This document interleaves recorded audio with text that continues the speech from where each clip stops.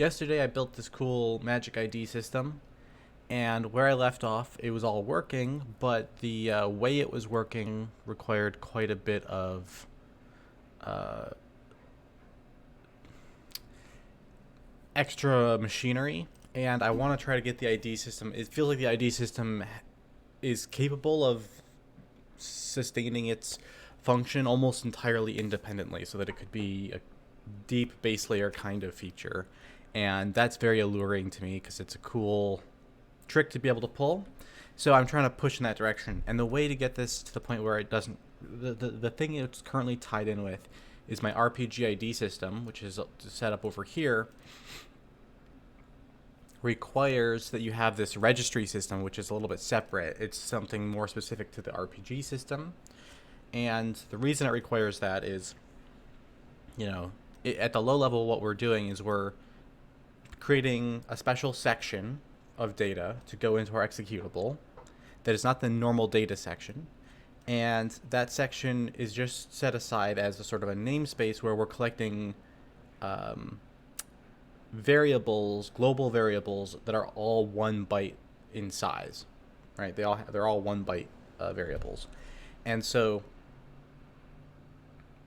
the effect of that is the variables themselves don't actually matter. And at some point, we want to flush that extra data section out of the system, but it allows us to use the compiler and linker to assign a unique ID to each of those identifiers at compile time. And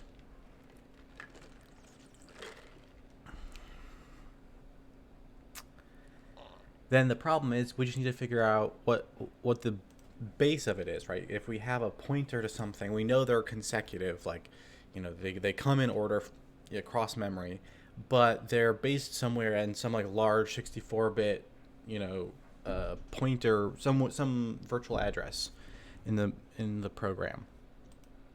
And we want them to be like 1, 2, 3, right? We want the counting numbers. We want small consecutive IDs. So to get that, I have to scan all of the IDs, and in order to get all of the IDs, it's getting them from the registry system. So it's only actually possible to complete the functioning of the ID system right now through this other feature my RPG system happens to have. But I want to make it stand on its own. And my idea of how to do that is we need to write a function that looks like this, right? So basically the only piece of magic here is this first line. This is just a range U64, which we're going to go and add to the code base right now. Looks like this.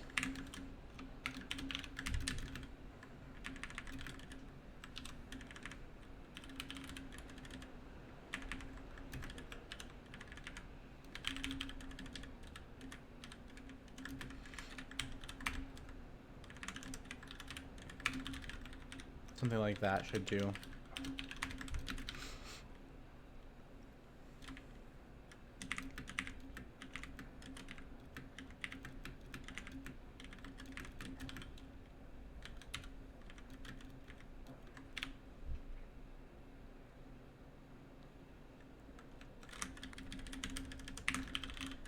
This is just some nasty stuff about how we set up the ID system that we got to finish, but this can all go away as soon as all of this can stop being exposed directly to the user as soon as we've solved this one problem. How do we get a section range by the name of the section?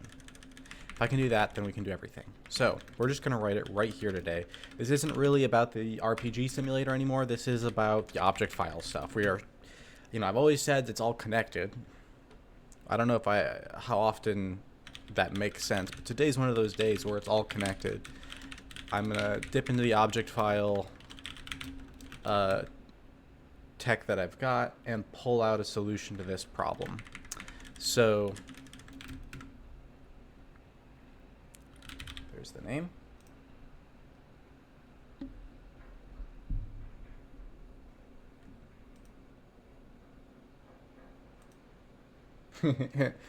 Hello, ASCII. I'm gonna just call you ASCII. Is that cool?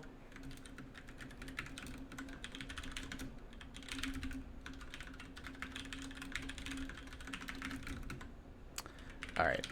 So how I need to do this is, here's the other rule.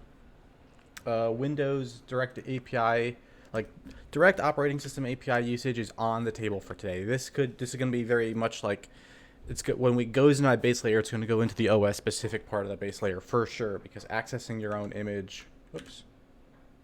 Not too many lyrics, please, music. But I think there might be a way to do this. So, let's see here. Win32 get module, I think, might be the thing I want to start with.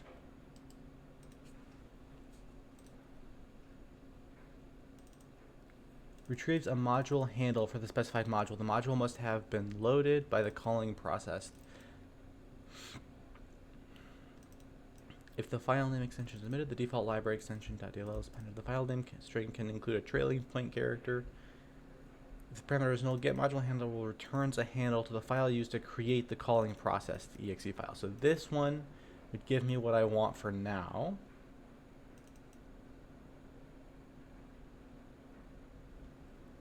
But this would give me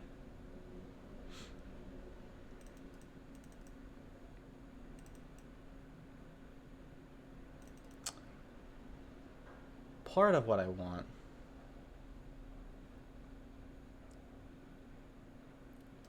Let's just check a couple of the other related options.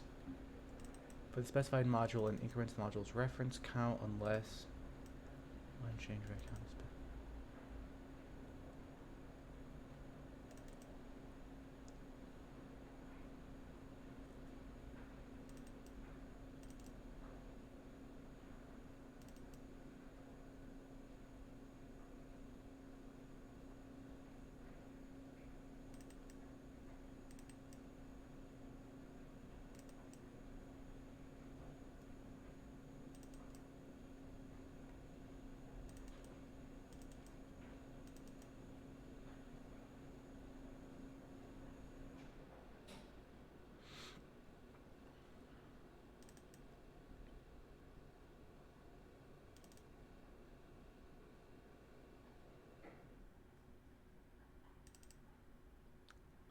A memory location.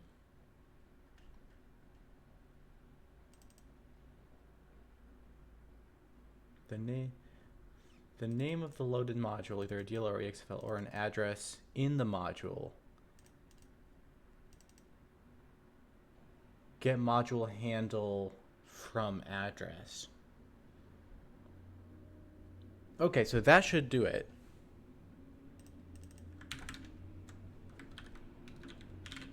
So if we wanted to do something like this, we could go flags, get module handle, X flag from address. Is an address in the module. So there's the flags. Instead of giving it a name,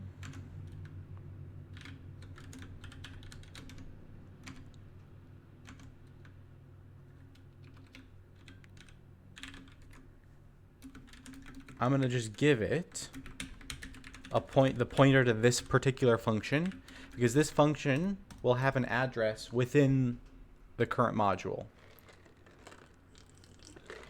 even if it's compiled into a DLL, right? Even if we compile this function into a DLL, this would give us the right handle. But if I were to do get module without the extension here, it looks like that wouldn't work. And then H module.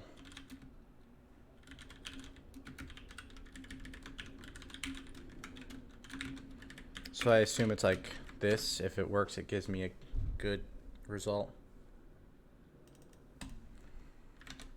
Yeah. So something like this maybe is what we want.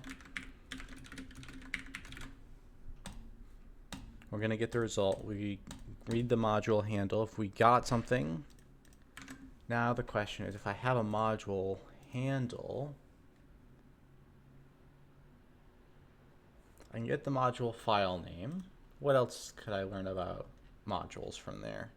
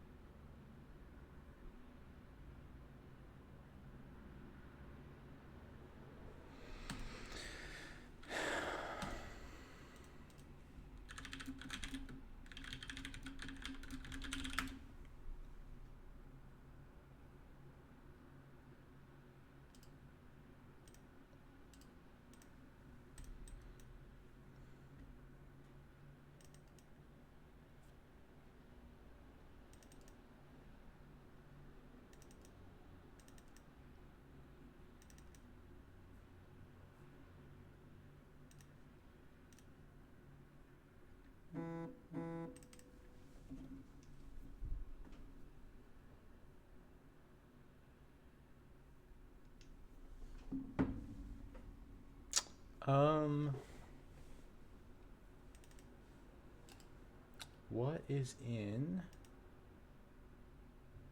the module info struct? Base of address of the module. Perfect. Okay. That's what we wanted to see. So get module information.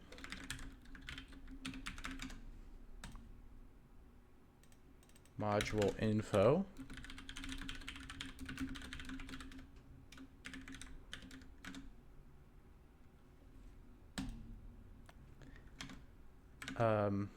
You want a handle to the process. A handle to the process that contains the module. The handle must have process query information and process VM read access rights. For more information, see process security. Okay, we're gonna have to figure that out. So process module info, size of module info. Okay. Trying to figure out how to get process query information access rights.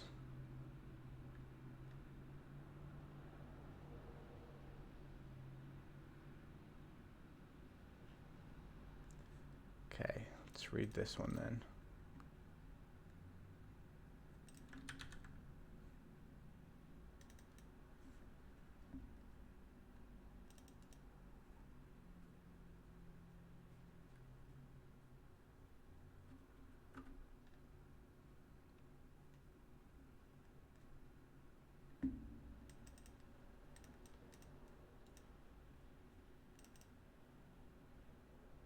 To open a handle to another process and obtain full access rights, you must enable the debug privilege for more information. See chain privileges in a token. The handle returned by the create process function has process all access to the process object when you call the open process function. This checks the requested access rights against the DACL and the process's security descriptor. You call the get current process function. Well, what's that? Current process function. The system returns a pseudo handle with the maximum access that the DACL allows to the caller. DACL. What is So we're gonna just throw around acronyms like DACL and not define them? Okay. See you, Rhizoma. Okay. Access control list.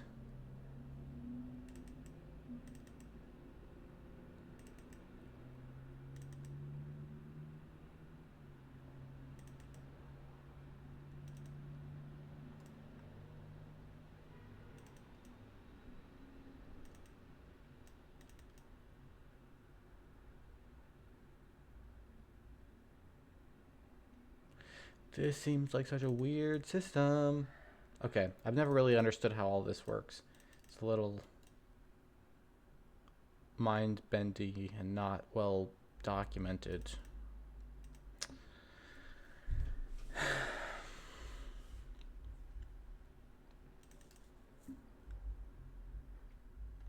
That seems perfectly reasonable for what I need right now. That seems like that's just going to do the right thing. So get current process. We read the module info.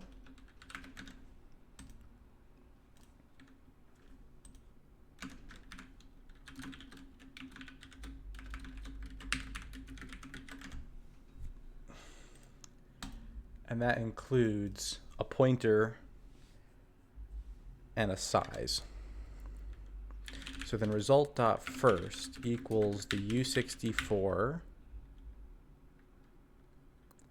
of module info dot LP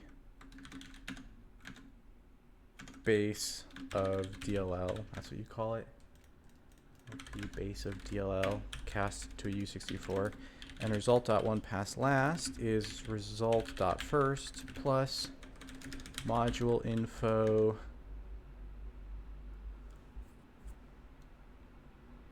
size of image.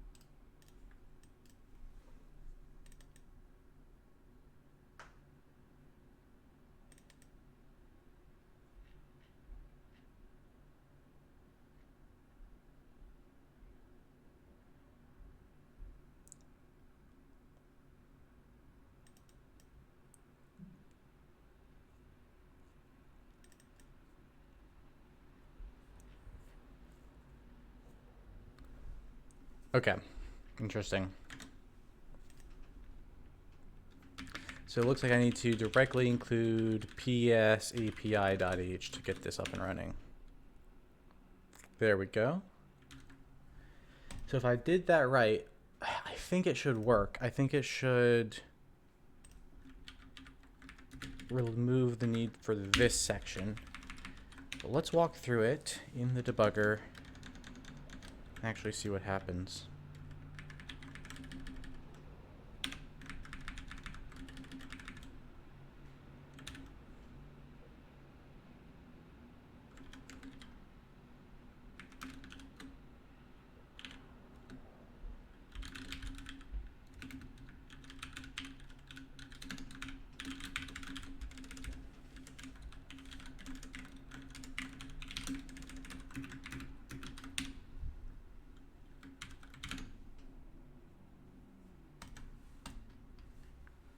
Okay. So here's where the magic is supposed to happen. First of all, do we actually get the module handle that we are looking for? It looks like we do. We get a process handle. That might not be what we want, but that might be a pseudo handle. That might just mean that we got what we wanted.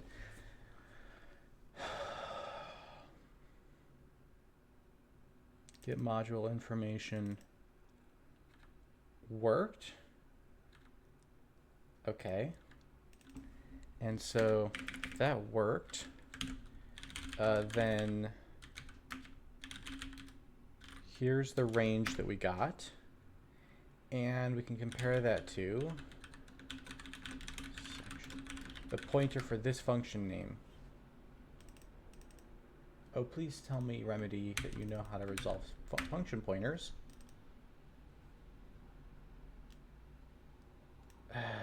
Okay.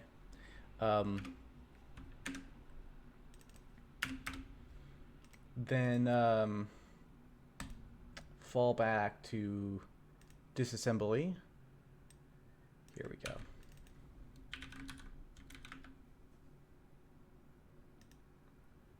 Well, kind of wish they would line up with each other.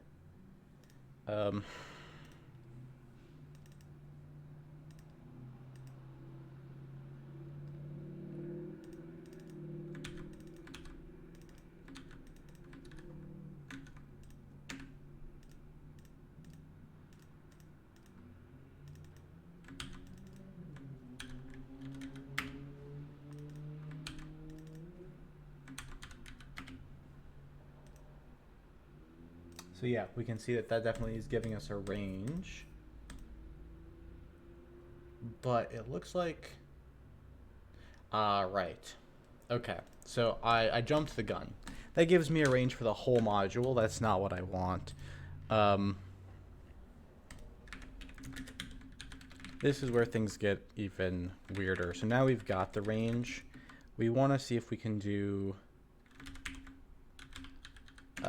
we got to go into my code here. Binary pe.h.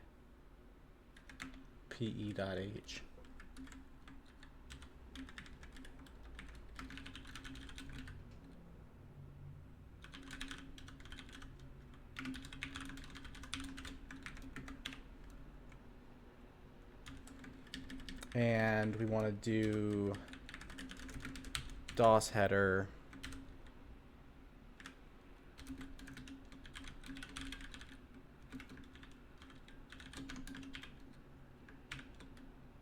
module info dot dw base of DLL.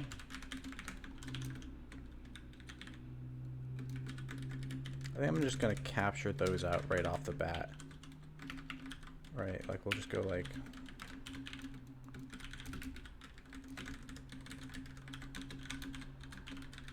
I think it was like that. Okay, what was that? LP base, that's right. I think it was one of these random things.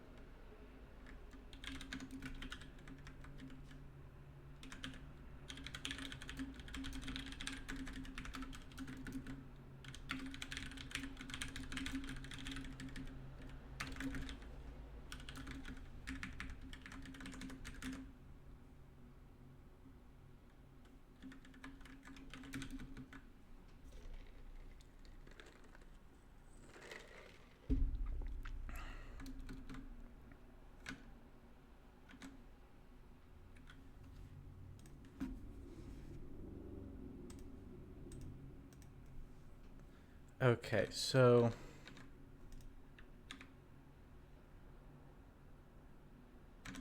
yeah, we should be able to walk through that much of it now and see if it works. The first big question is, can we read it? Yeah, okay, good. Call file offset, good. So then we want to get the cough header.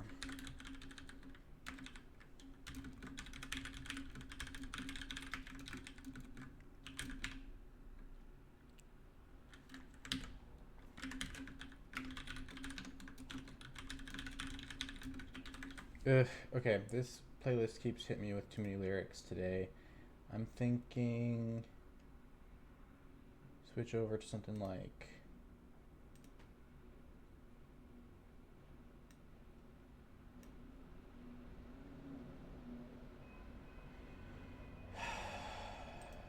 well,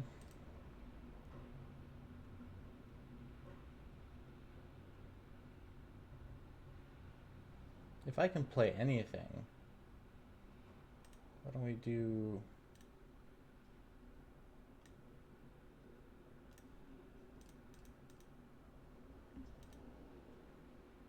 okay.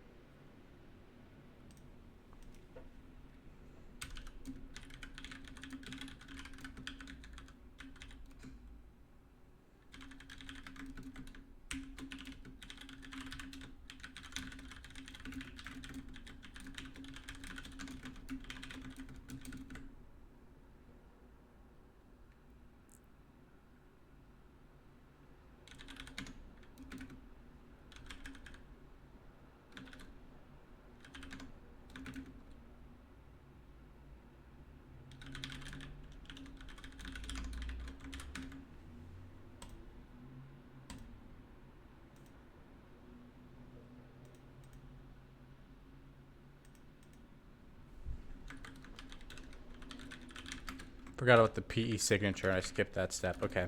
Extract the PE signature.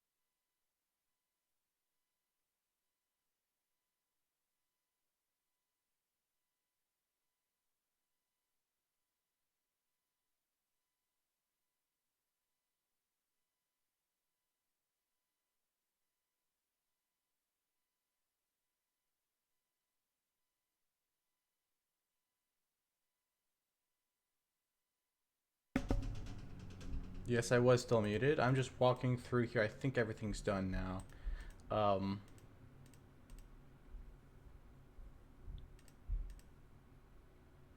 Hey, Paging Turner. So, all the sections are here, and it should be able to find this one and match it.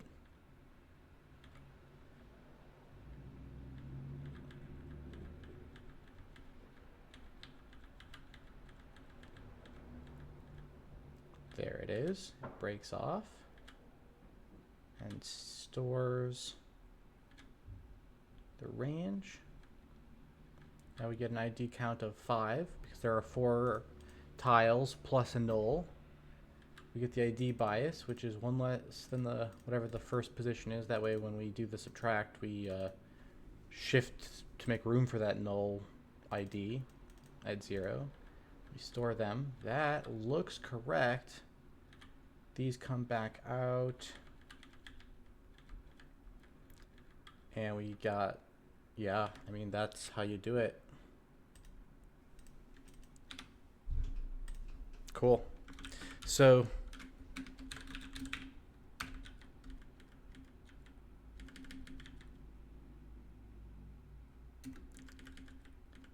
that replaces this. Now, I have to do that for each of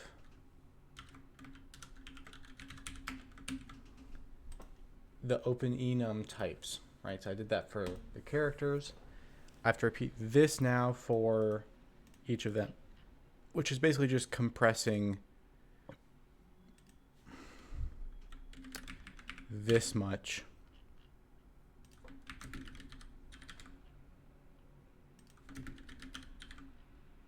Right, it means all of this, all of this, all of this can be replaced with something that large, but we're going to be able to compress it down to something that large in another step.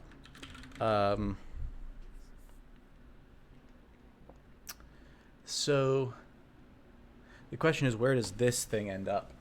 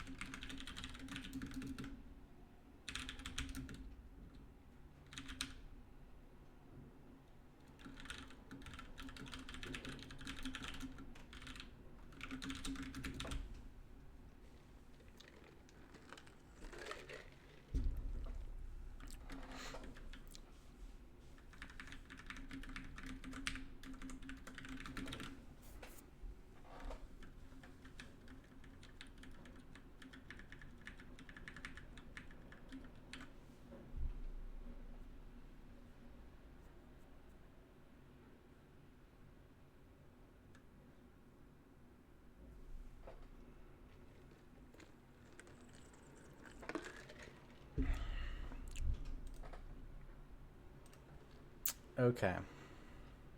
Okay. So, where do I want to iterate here? I think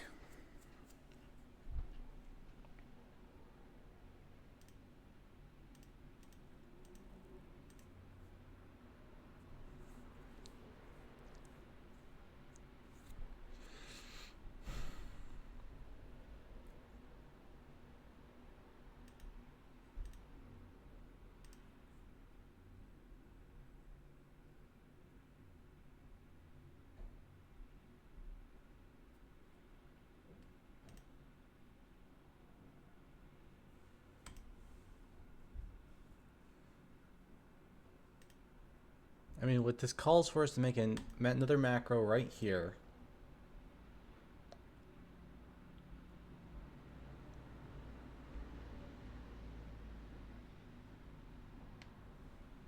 To finish it up. But we could look at this bias count thing as kind of a hack and say maybe we want to do something a little better there. Um,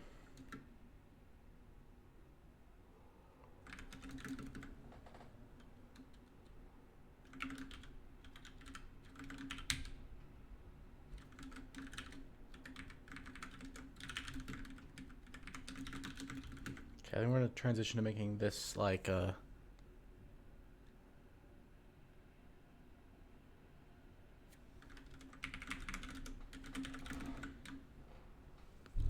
project agnostic thing that could live in or near the base layer.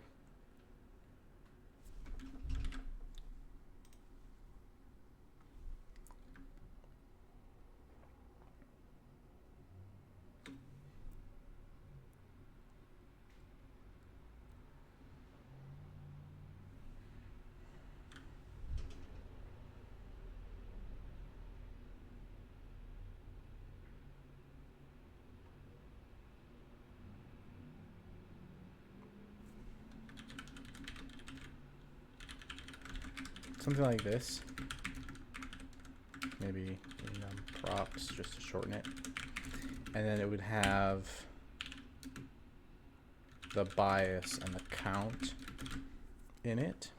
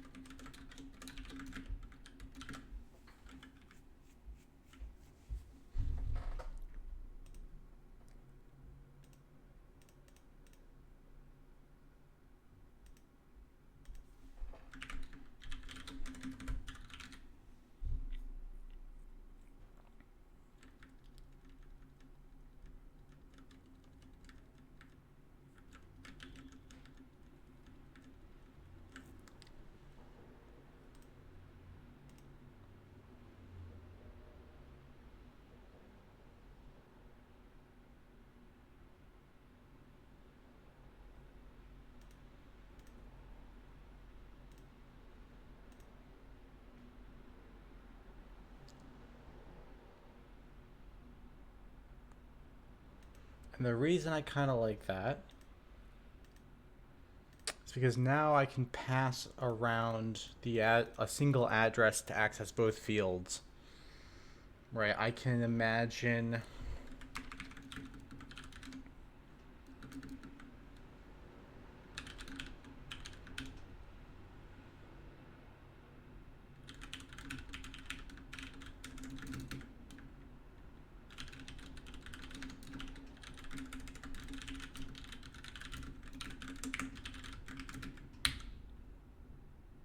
something like this, whose body will look something like this.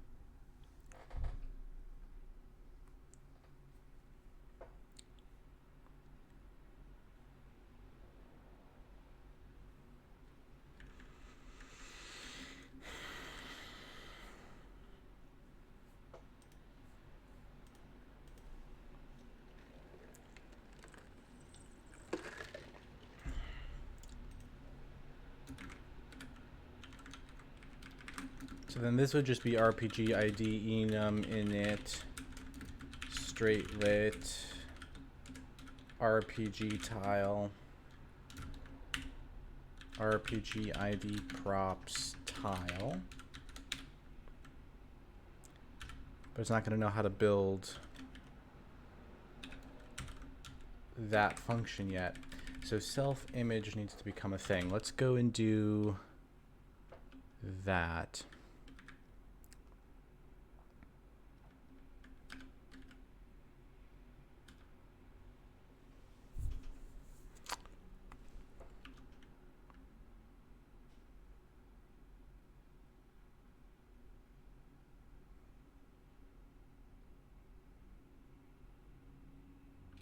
Yeah, not quite sure where I want to start this. I'm going to start this at the top. Self-image.h. It's just going to contain this function for now. Self-image functions. And there's Mr. Forth self-image.c.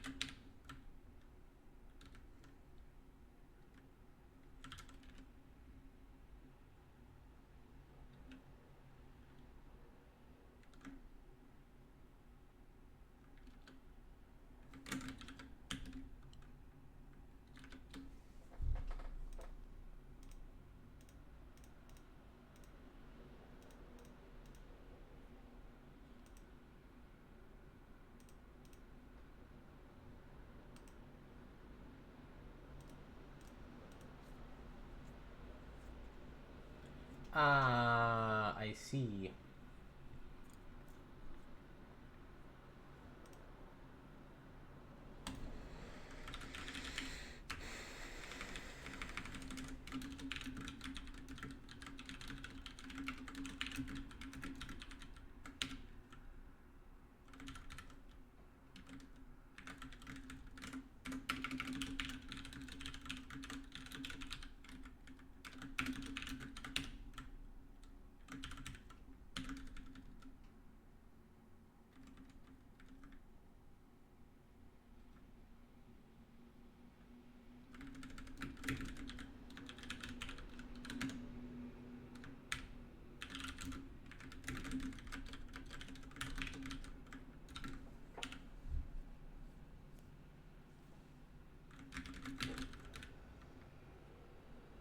Right. So now let's go and apply the final step here, which is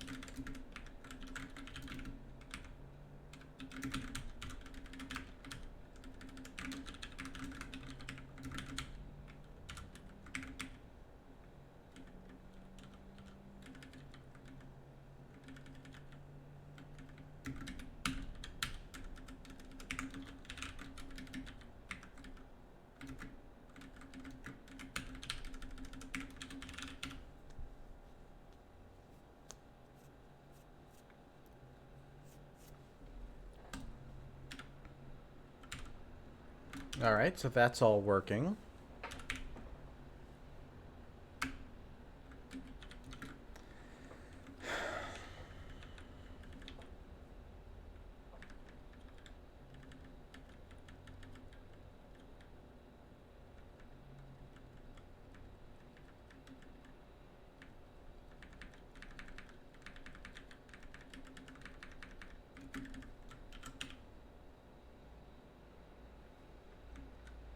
Yeah, it doesn't work without it.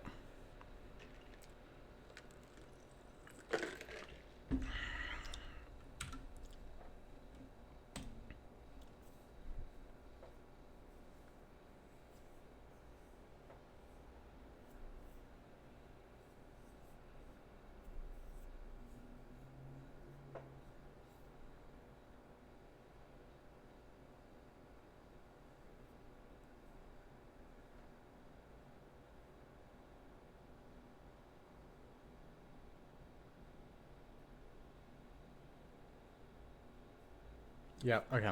Okay. So now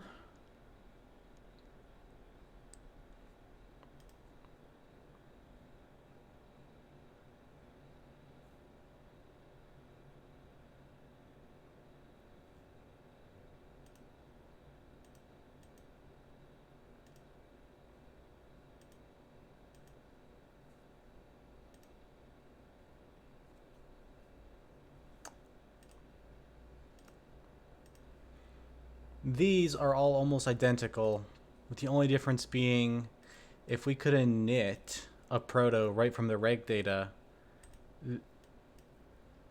this line could become the same on each paragraph. And then all that's left are a couple of parameters, right? I guess the hardest part is you still want to be able to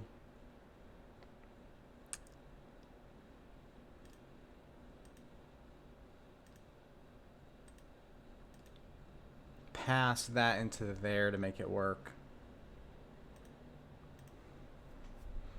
Okay, so that's going to push things a little bit too. But that's good. Okay.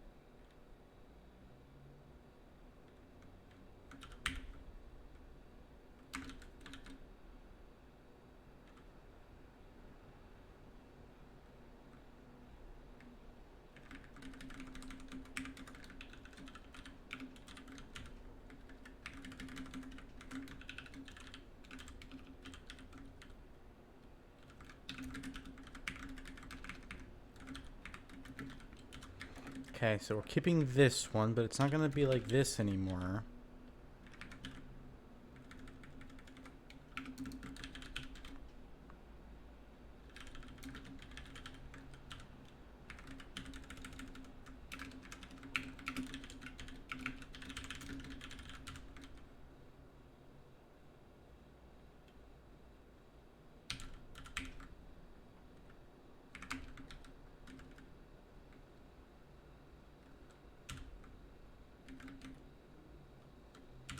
Why don't we just do all of this right here, though?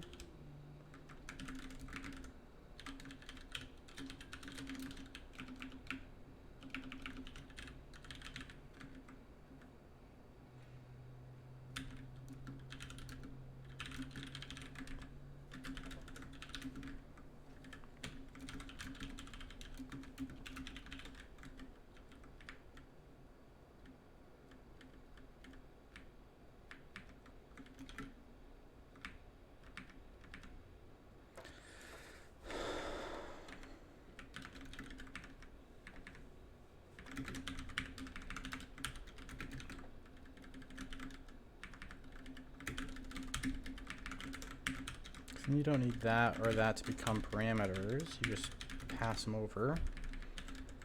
Hook, and then the reg data still contains the name. So this is just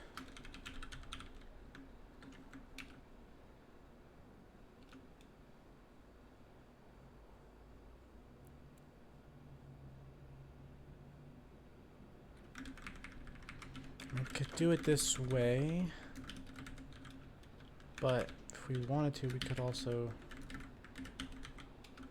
try this.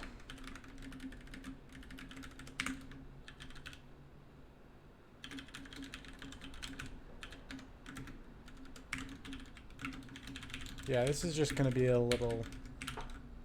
This is going to be just a little bit uncertain for a little while, I think. But we could just bake it all into the switch and let some code path redundancy occur for a little while we figure out what's going to happen with the special features of the tile that the other protos don't exhibit, because the other three are going to collapse much more easily than the tile. Let's see here. I've been at it for an hour, so now's a good time. I'm going to take a 5-minute break and come back and do a little bit more on this today on the cleanup.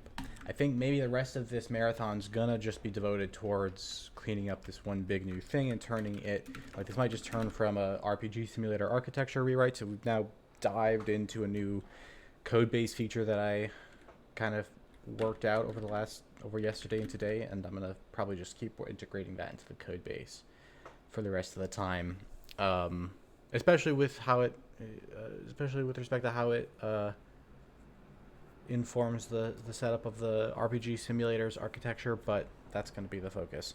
So let's see here. 5-10 minute break.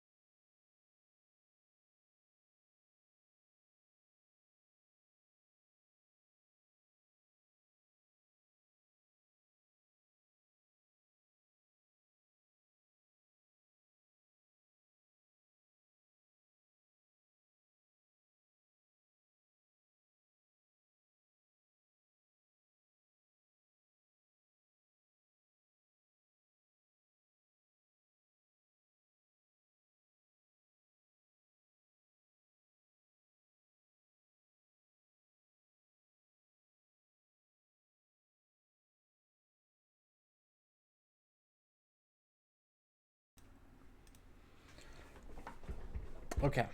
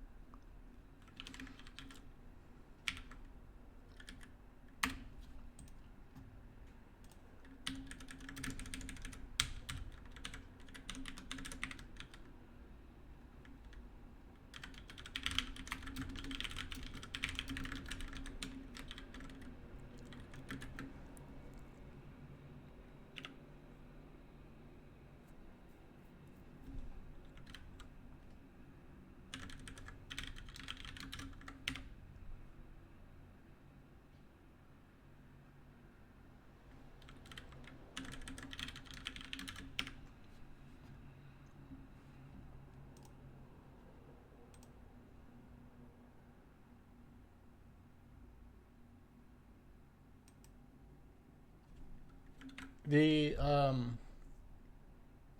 hello.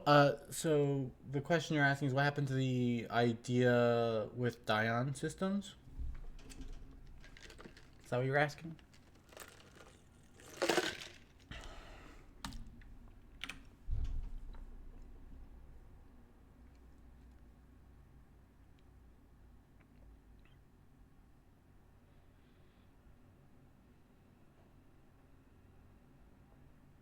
Okay. So what happened with the project on Dion systems is, um, so let me catch everyone up so we're all on the same page. The Dion systems demo from 2021 shows. Uh, uh, I don't know anything about the Microsoft one. I could go check it out if you want me to comment on that one. But the idea in the Dion systems demo for everyone who might be catching this right now was to basically take what programming looks like in a C-like language and port that interface in as much of a familiar way as possible onto a new kind of editor that edits a different data structure than text files, right? So it was the idea of saying it wasn't about programming existing programming languages with the special magic editor. It was about a new kind of editor that modifies a data structure other than text files, but that has a lot of familiarity to like a C style programming interface. And the demo we showed, you could do a lot of cool stuff with that data structure other than just editing the files. You could make lists of things. You could create sort of indexes and interfaces into the code that were non-linear in interesting ways. You could transform things based on sort of semantic correlations over, there are things like a copy paste where you could copy something out of a switch, like the list of elements from an enum, paste them into a switch, and it'll automatically reformat them to be the cases of the switch and so on. So that was cool. It also meant you could do stuff like you could build in the editor by clicking on one of the functions and saying like run this function as the entry point. And then it would build and show you errors and stuff. The reason we haven't continued pursuing that is, first of all, you should understand that wasn't a unique idea. We aren't the first people to think of that idea. We were taking a crack at one way to do it, which was to just start with the interface and try as much as possible to build some data structure behind the scenes that would match the interface we wanted. And we learned along the way some things about how we would trade off in the design of that interface and that data structure. But there is an unsolved problem in there. So the dream is to have an editor like that gives you all those structures that you can work with. And then to build languages on top of that data structure instead of on top of the current data structure that we use. And the question is, what's the correct data structure to switch to, and why can't we find one other than the text files system? Like the text files contained inside of a hierarchical file system is still the data structure that reigns supreme.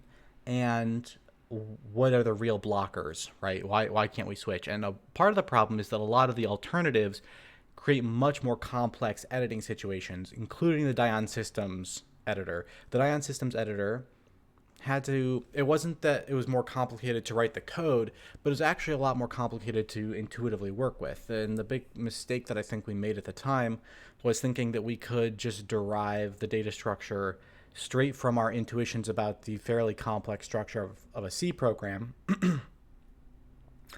and just make an editor for that data structure without any trouble. What actually happens is that making editors for extremely heterogeneous, complex data structures is complicated and hard, and making editors for streamlined, homogeneous data structures is a lot easier, at least to get to the first step. So the new research question from my perspective is, how do you design that data structure? The reason we're not still doing it in the Dion Systems context was because, first of all, that demo, like all other demos in that space, the sort of post-textual mindset programming, like how do we get outside of just the text files in a file system data structure? Every demo I've ever seen, including ours, is kind of a dead end in a way. Like it doesn't have the full open ecosystem thing going the way text files do. And so I've been working at stepping up to that problem without directly shooting for it. I'm instead looking at a bunch of practical issues that I'm hitting all the time and shaving them off shaving them away so that when I take another crack at it, maybe having these distractor problems removed will be better and I'll be able to actually do some work on the part I care about. Or maybe it'll turn out that having that exact combination of features working allows me to sort of get the ball rolling from within the C ecosystem in a way that lets me see how the pieces will work without actually having to get there's got to be some kind of bootstrapping process where the new ecology emerges out of the current one somehow. So that's what I'm working on, and other folks, Ryan and Miguel, the two guys who are working on Dion Systems with me, are just taking different approaches these days. So we didn't after we did Dion Systems demo, we did the Metadesk library together. And then after that, we just didn't really have a lot of overlapping similar ideas about where to go next. So we've been working separately. Now I'll check out the Microsoft one real quick. Let's see here.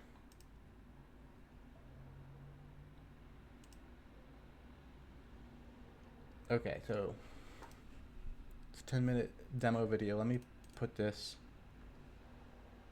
Uh,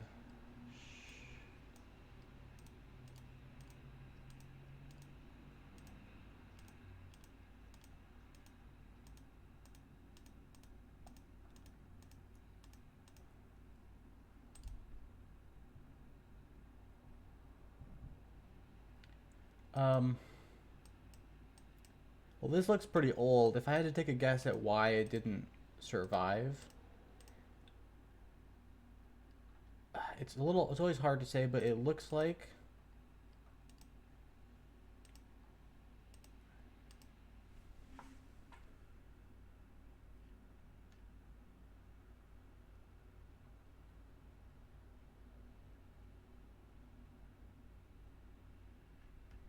yeah, I mean, I don't know why it didn't work. So, um,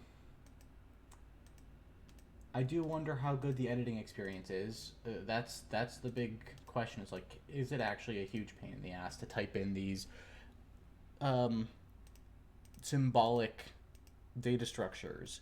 Uh, is it intuitive how putting your cursor down somewhere and typing modifies what's happening?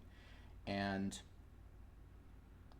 if it's not, then I wouldn't be surprised, because that's how these things always end up feeling, is because the data structure it's editing is such a complex monster. It's like a Turing complete. Yeah, it's also a super low resolution video. I I can't tell you what happened 20 years ago with the Microsoft project that explored this idea, but what I'll tell you is, in general, all of these projects fail. Every time we try to build programming in a different way, we fail to get there. And I am actually really curious why that is, because it's not. I think I started off just being an enthusiast about let's build programming a different way, and I still feel that that's got to be possible. There's no logical reason why text files are the only solution to the bundle of constraints that come together in the programming ecosystem, right? You can go in and graph out everything you need out of a source data structure, and there's no reason in there that it has to be text. Like, I just don't see how it could be required that it's text. Um, so why doesn't it work when we try? And I think half the problem might be that most people doing this are also trying to couple a few other things. Like, they're not leaving the open ecosystem pattern in place. And so you, instead of ending up with a file format that is extremely homogeneous and easy to work with, and uh, a plethora of editors for this data structure that are all mostly equivalent, but some of which have slightly different ideas about taste and organization and workflow, and then tools that convert that source into executable and interpretable material, i.e., compilers and interpreters, the languages that go on top of the data structure. And somewhere along the way, people tend to get either stuck on wanting things like all of the code intelligence that the compiler provides immediately available in the editor. And that's certainly what I was looking for in Dion systems. But I think the insight is that if the data structure is already more powerful, just the surface level editing stuff is going to be better. And there is already editors. Text editors give me feedback, right? ForCoder doesn't push that far, but it gives me syntax highlighting. And, well, that's not a compiler error. But if I did have compiler errors, it would like highlight on the screen for me. So we do feed back information from the compiler into our text editing interface. So if the interface had more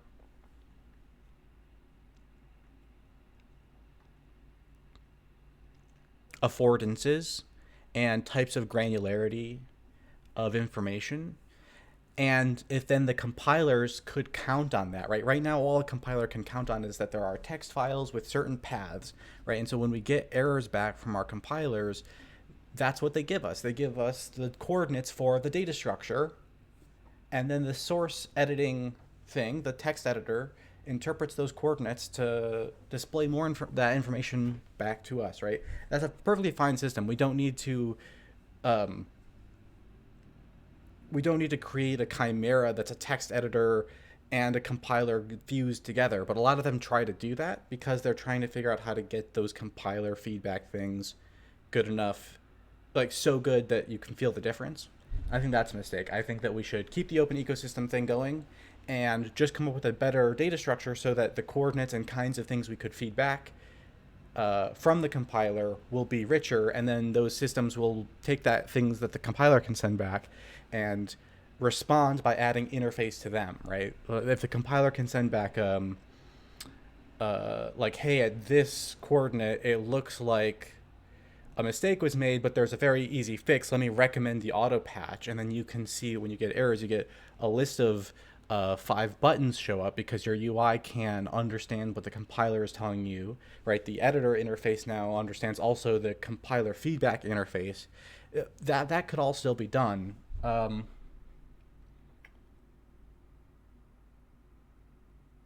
Without having to fuse everything together. And I think that we have to figure out how to build things that way.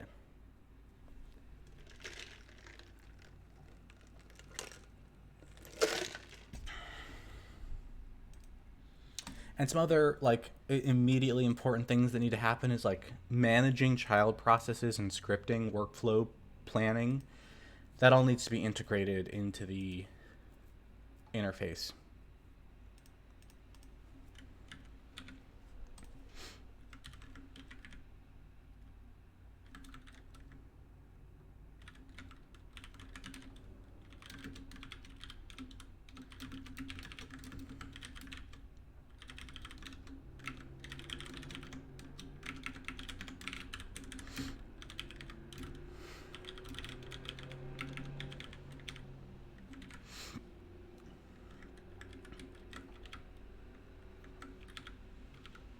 All right, that looks like it's still working.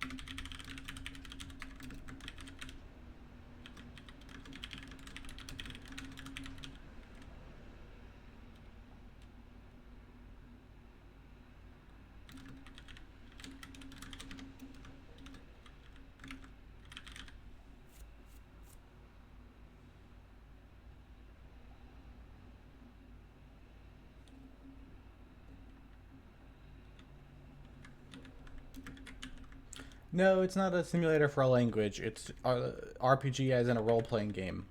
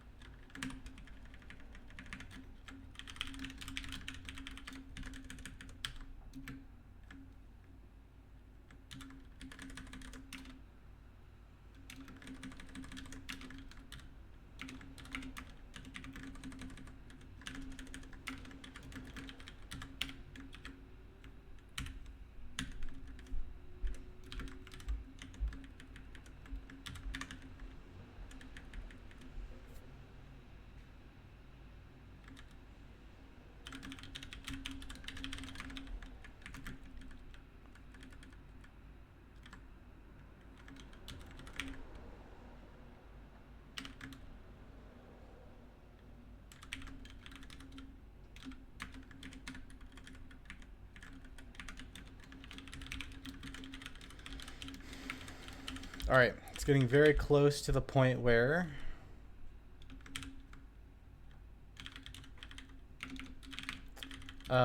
this doesn't need to be tied into the RPG game at all, but we're not quite there yet.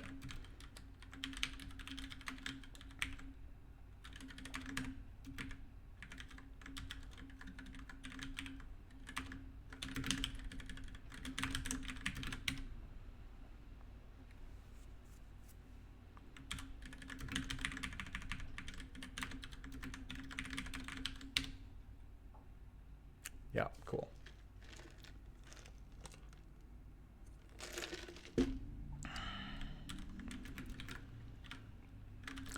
Um,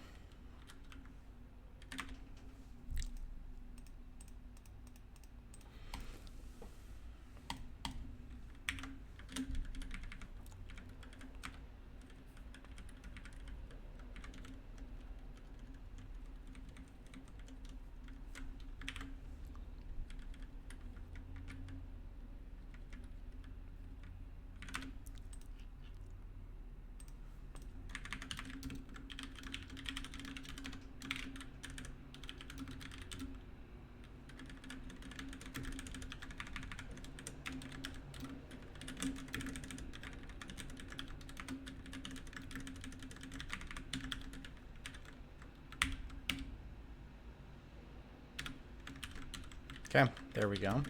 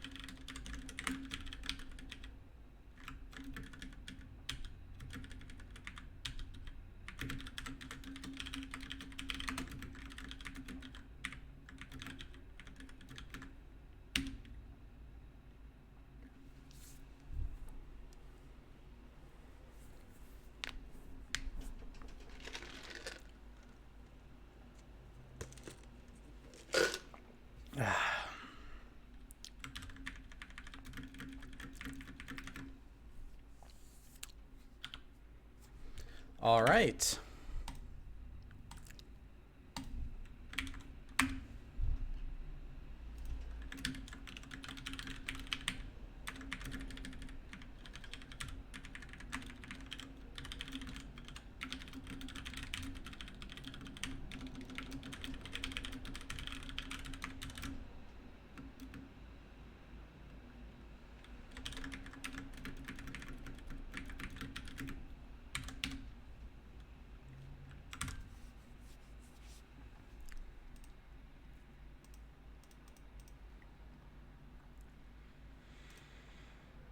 All right, let me take a look around and see if there's anything else I'd like to work on today right now. Yesterday I worked pretty late. It was a pretty long day, so I'm thinking I'll just do one stream today. And we're getting close to the end of it already. So we succeeded at compressing all of that down to this. The ID systems it's a little bit verbose here to declare one. I can only shrink this by one line, but I can make this I can make sure this will be never be more than 4 lines.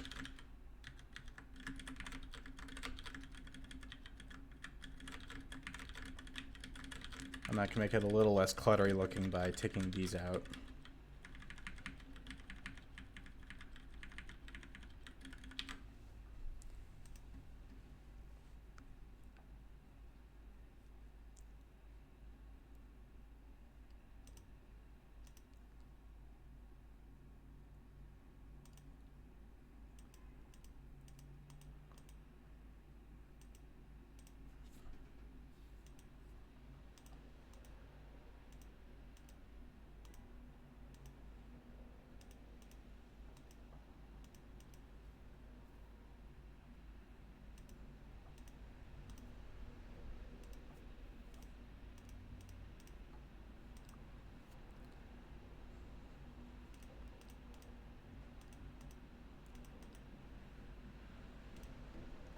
Okay, so I think the best thing I could do right now with my time is to just take a few steps towards making this a feature that I could move entirely out of the RPG game simulator section of the code base and into the main code base.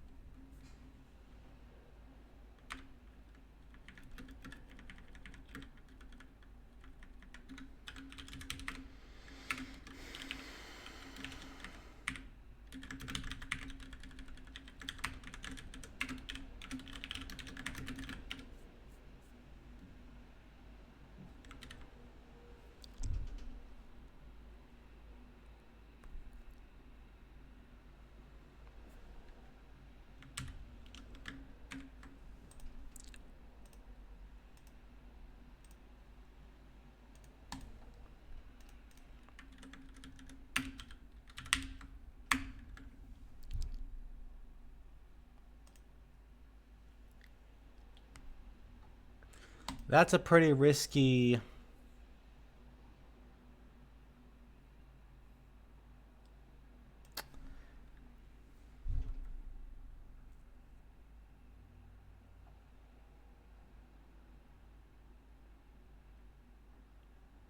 Young Lane asks why I don't have syntax highlighting for custom types like structs and enums and so on.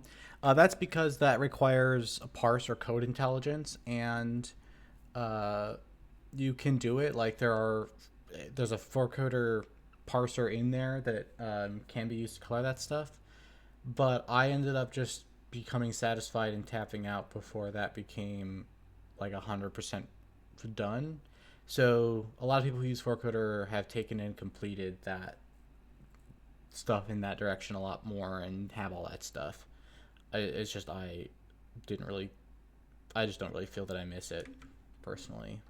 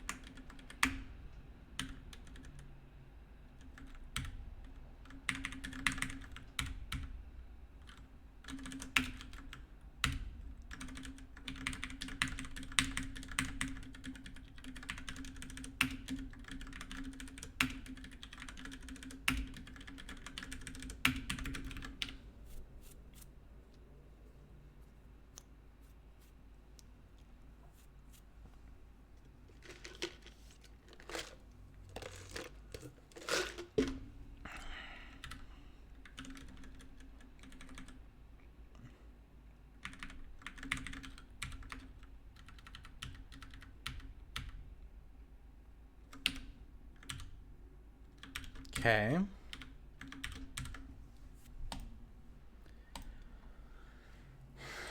That's most of the way there.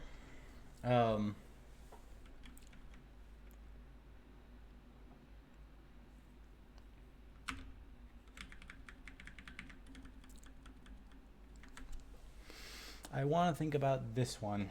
ID is such a short macro, it's a little bit concerning. So far, apparently, it's fine.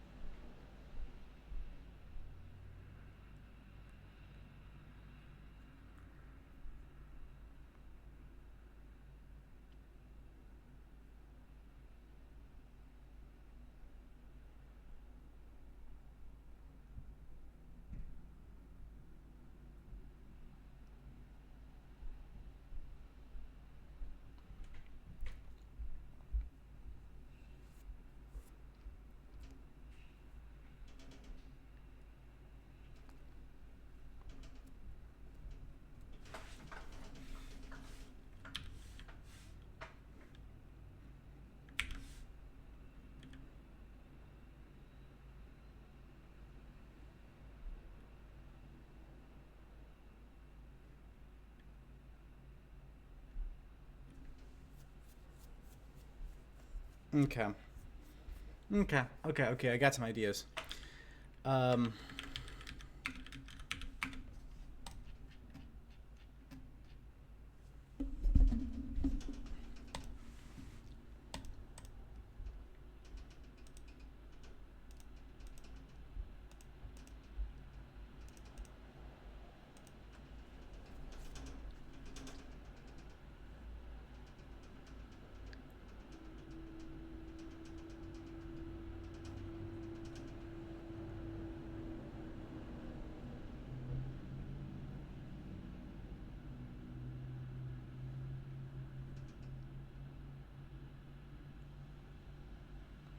I can see a few things I'm probably going to want to do here.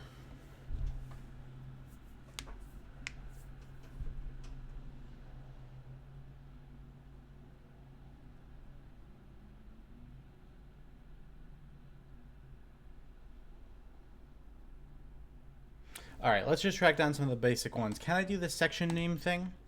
That I don't know yet.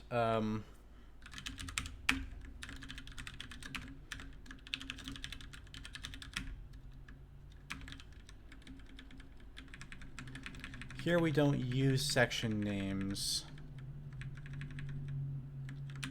Here we got a section name for the CL compiler and for the Clang GCC compiler. So I think this should just be as easy as compiler Clang or compiler GCC.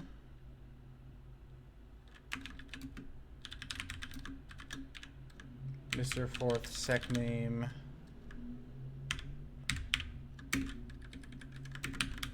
It's like this. L if compiler CL. Decal spec allocate n else Mr. Forth seg name not defined for this compiler and if.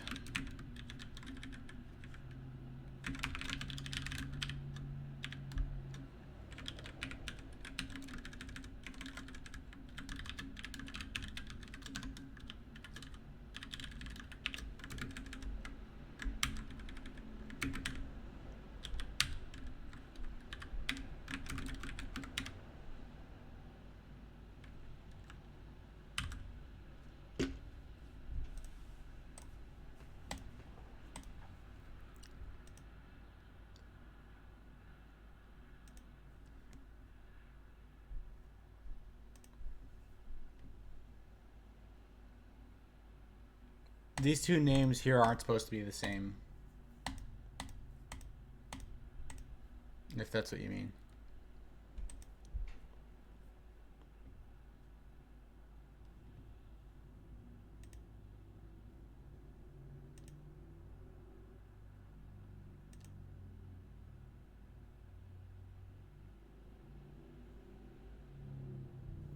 Yeah, that's intentional. At least that's how it was when I started rewrite. Like just now when I refactored it, they were already different, so I'm just leaving it there. That might be a mistake from the past, but I think that was intentional. Okay, so that means this can be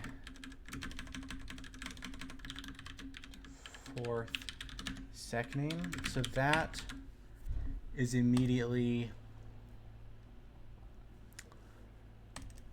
portable. Debugging hasn't been too big of a problem. I mean, building the macro system is a little bit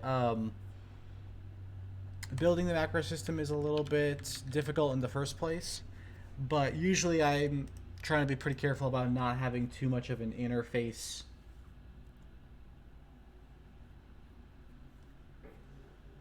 problem. Like I try to make the interface part really small, so like ultimately these three, I guess you use decal and def.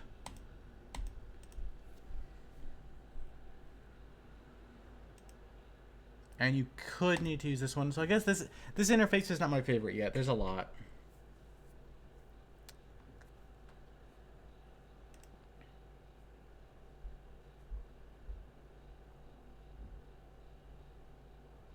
I definitely want to be able to pare it down to less. But I need a decal and a def for the IDs. I also need a decal for the global. Yeah, and that's using the keyword. That shouldn't be using the keyword. Let's get that out of there.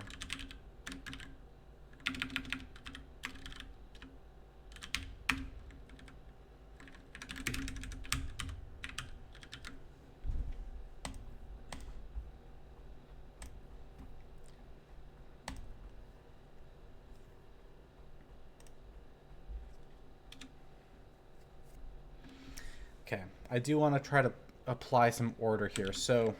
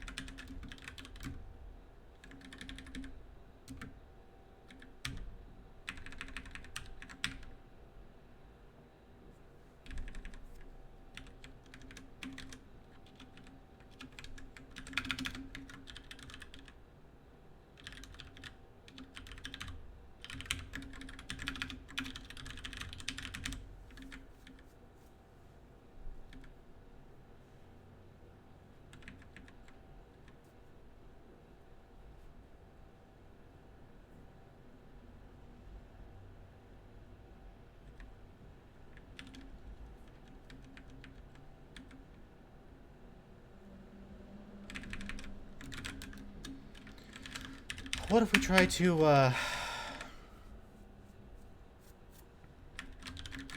if we try to say you don't need to do this at all? You'll declare these by just making an ID enum yourself.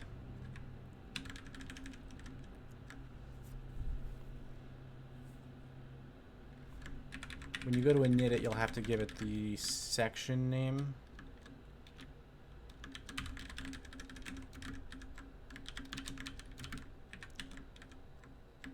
But this will just become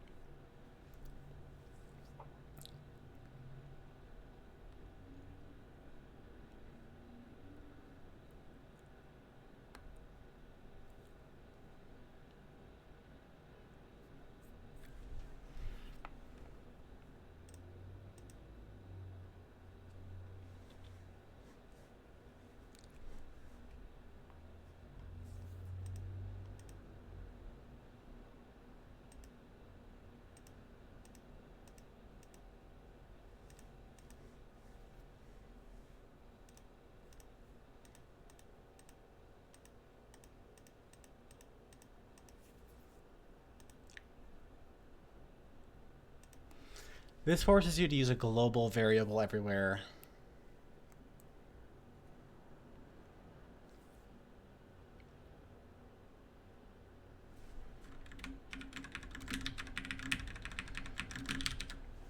Which isn't necessarily what you're going to want to do. The moment where they need to sync up, is right down here. You end up wanting to be able to get, it's like that we could just get from the count directly.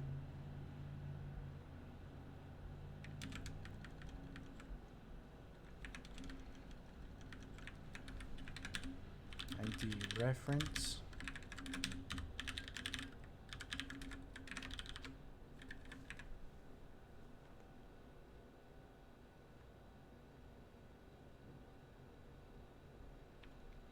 It's right here at the end of the interface. You want the E, which you're using to group the names together, and the expression for the runtime properties to come together, right? That's when you want them to have the same name or something like that. And that's why all the rest of it goes through the enum interface. So this much of it is just simple macro organization. Here, it's just that you subtract, you take raw ID minus bias to get the main ID.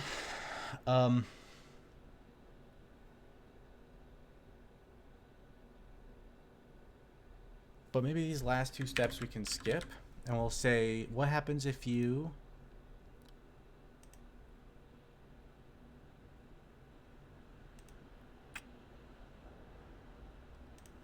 are left to do the rest manually?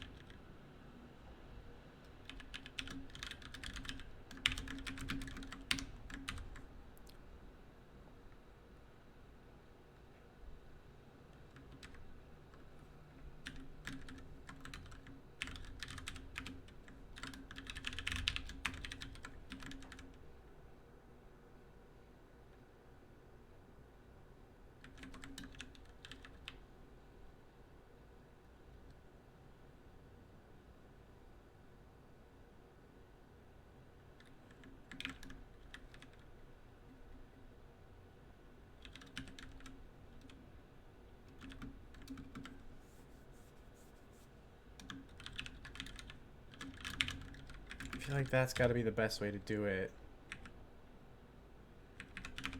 Like, I just don't see how we're going to get around. Ugh. If I try to do it where here we make the tile section name and then we go, there's no this, there's going to be a global var ID enum that I construct myself called tile instead. So I manually make this. Then I suppose you can do tile.bias right here manually, right? And that's it. That's the whole trick.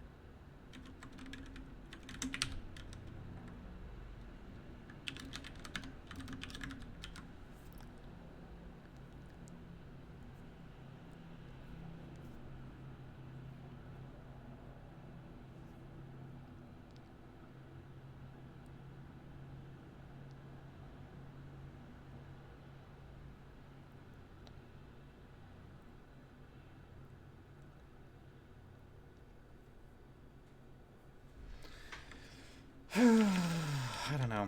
Not quite sure if I like it better that way.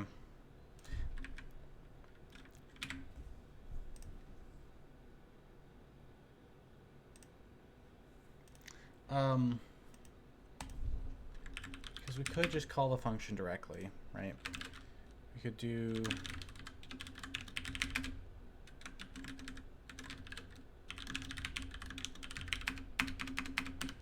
call this with the section name and the enum.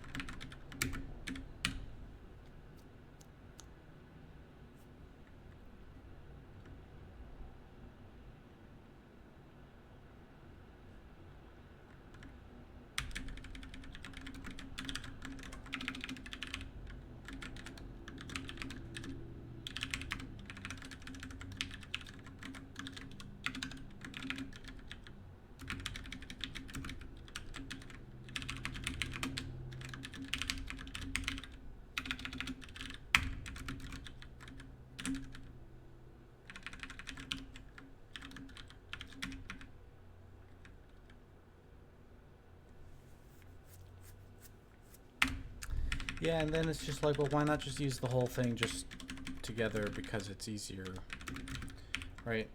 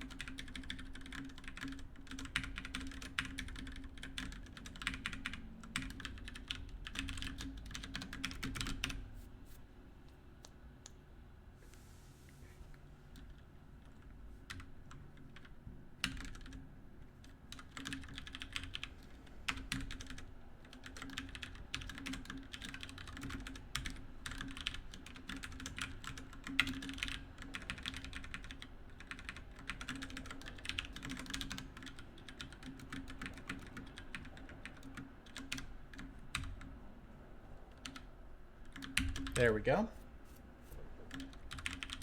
So there we go. That's quite a bit reduced feeling all of a sudden. I don't think that that's so bad.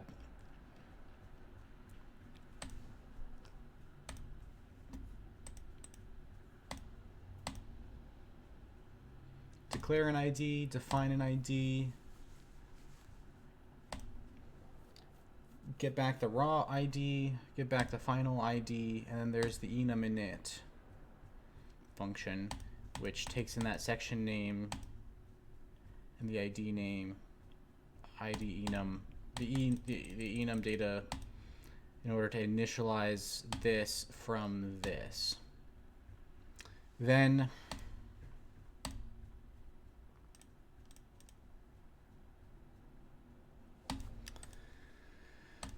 the last little wrinkle is to see if we can't define some way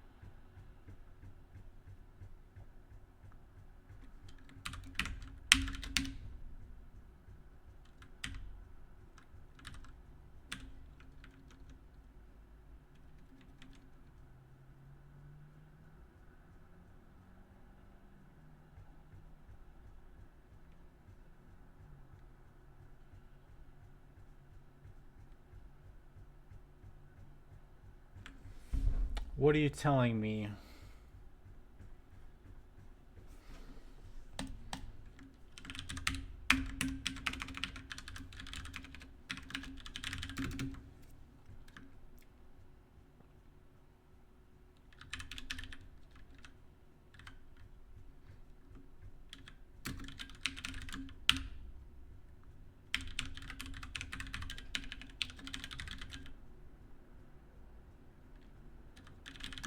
It says that the preprocessor commands must start as the first non-white space character. So I assume that you can't put a preprocessor in the middle of the pragma. You have to make the whole thing a pragma. Or the whole thing a preprocessor command.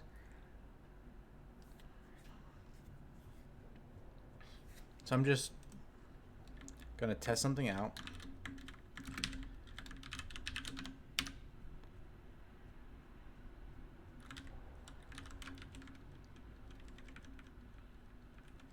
Yeah, so that didn't work because you didn't. What if I use the glue macro then? There we go. Okay.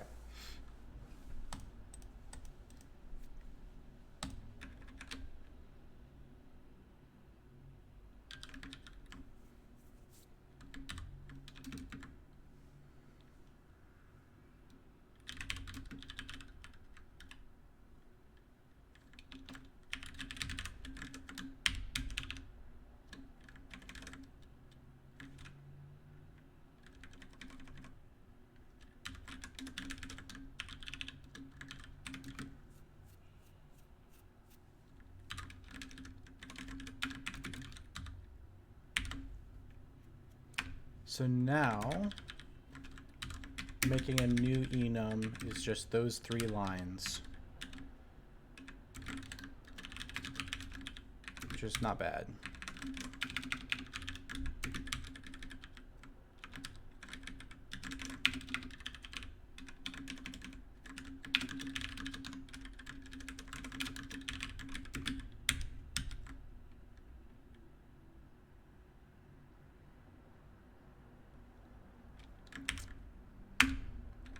Oh, so you're saying I can do something like pragma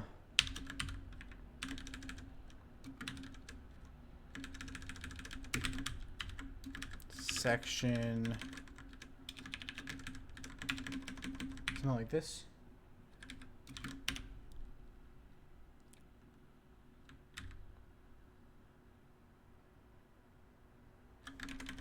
Is it like this?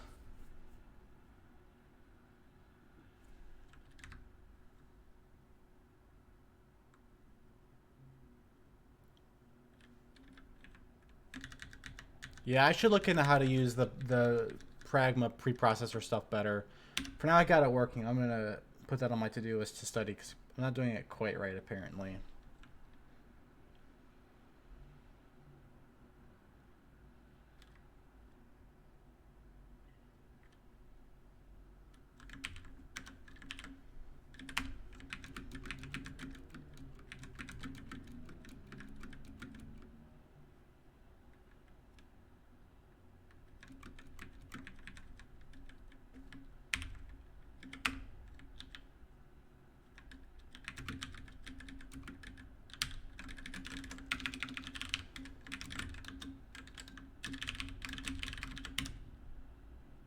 Okay, so creating a new ID system is just a matter of these 3 lines. If you want to declare one,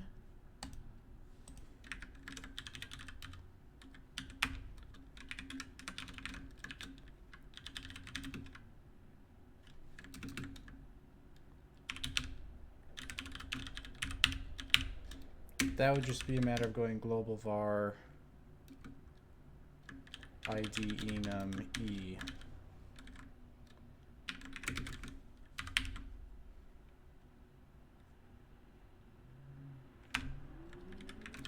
So I guess we could ultimately have an enum init.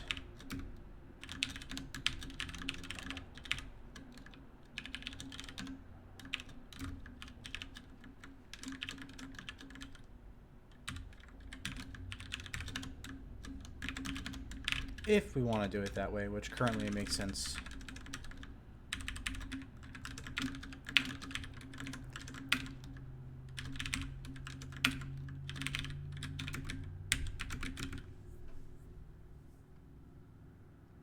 I wonder if this would work inside of a run before main context, actually.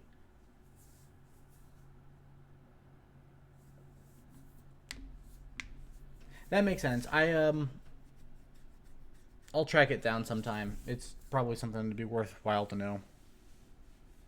I'm sure it's just more annoying stuff that's different on each compiler. But, you know, there's a lot of cool base layer stuff you can do if you really know how to wrangle the compiler. Let's do one last thing here. I want to wrap up for today. But I want to leave behind a note to come back and rethink whether or not this could be in before main. If it could, then when I define one, I could just go, you know, Mr. Fourth before main. Something like glue ID enum name.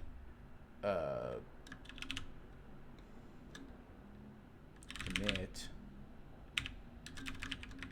ID enum init ID enum init glue ID enum name sec name straight lit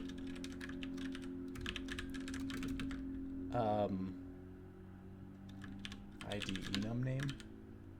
Right, and then, because then in theory I could do this, and it would still all work.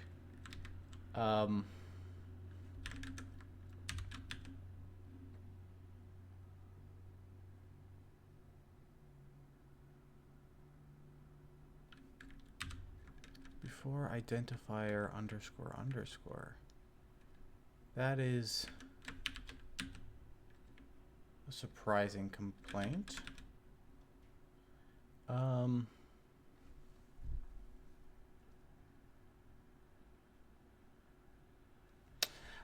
Glue is a macro that basically uses the so-called paste operator, but it does this layer of separation. It's so that it forces the...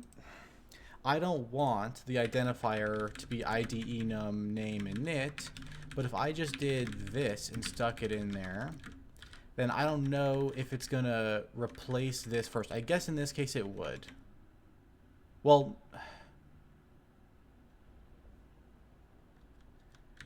no, it couldn't. It couldn't because that's not even a macro expansion yet.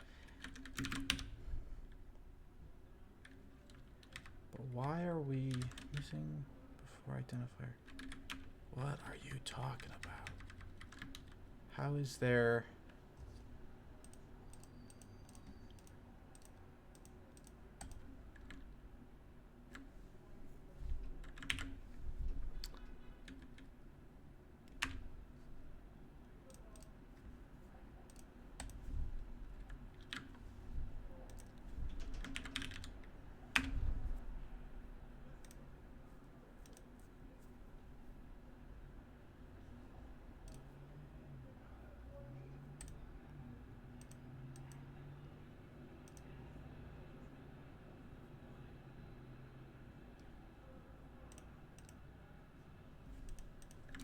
Right, because if I just went foo, then the problem is we'd have foo redefinition.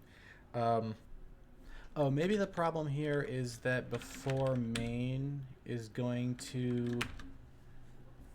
Yeah, it's going to stick some stuff in there too.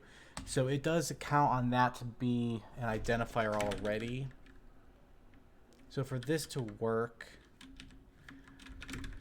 Okay, so the way this would have to work is over here in ID, we'd set up... ID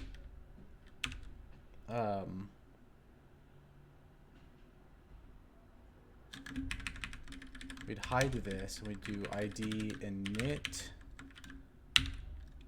E, and that would be Mr. Fourth before main e init rpg or id enum init e sec name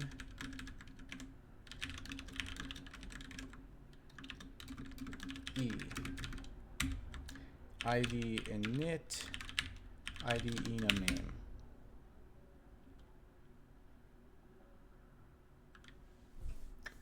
But I want it to expand. Ugh.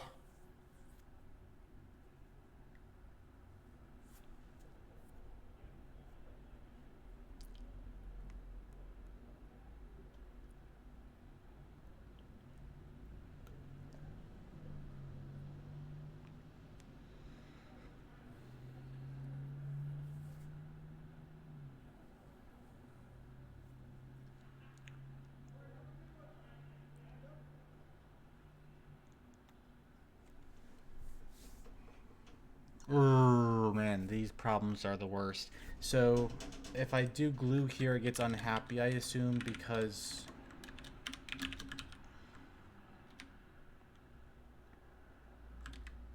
that's where it can't do that.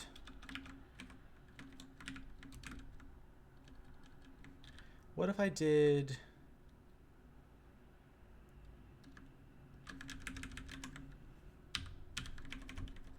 the symbol separately? So I could pass down E. This one's easy enough. This can just be glue.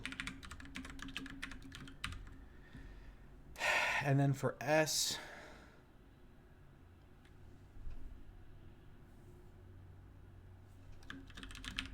this doesn't work, right? I mean, we just tried this.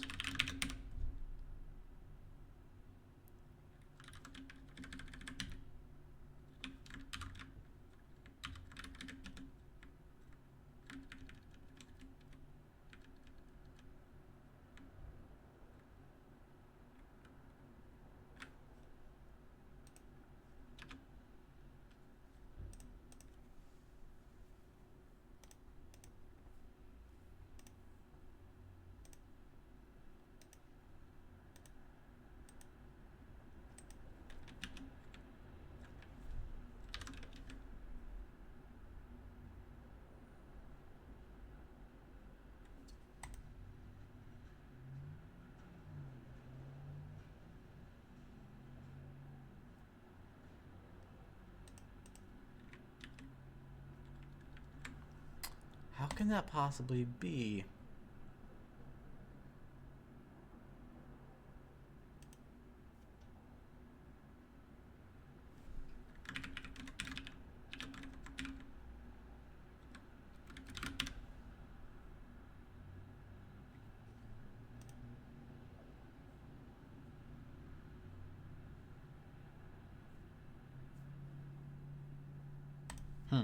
Well, I don't know an easy way to make it do the right thing here. It looks like...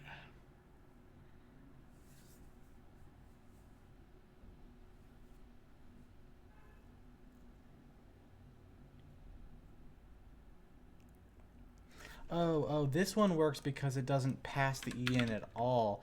Let's try that. Let's try that.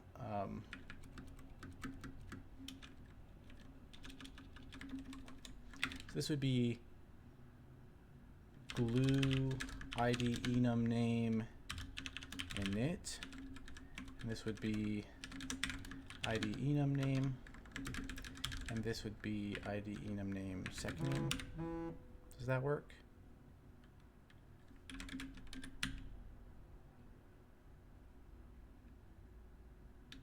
That looks like it. Oh wait, well I don't have this going right here though.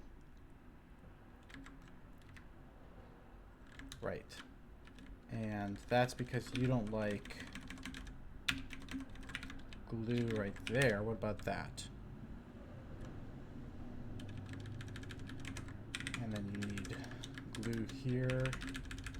Then I assume you're going to tell me that the id enum name underscore init has been used twice. What? Okay, this is This is not quite working.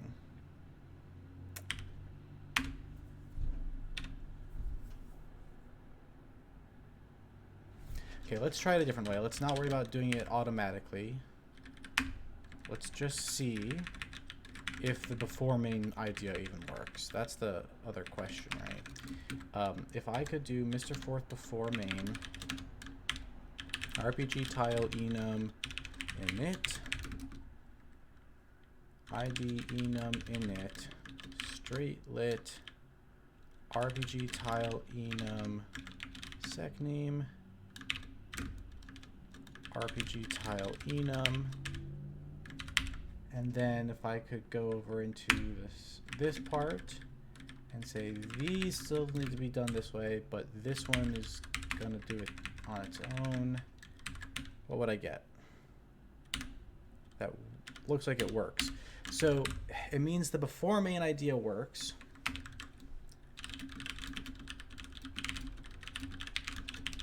I just need to figure out how to fold that into the header so that these things can set themselves up, and then I could eliminate all of these, right?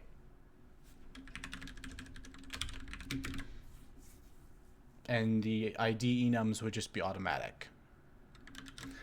So I think that's a good stopping point for today. I'll probably try to wrap this part of the exploration up tomorrow. So hope to see you again then if you're interested in following along, and I'll see y'all around the internet. Bye.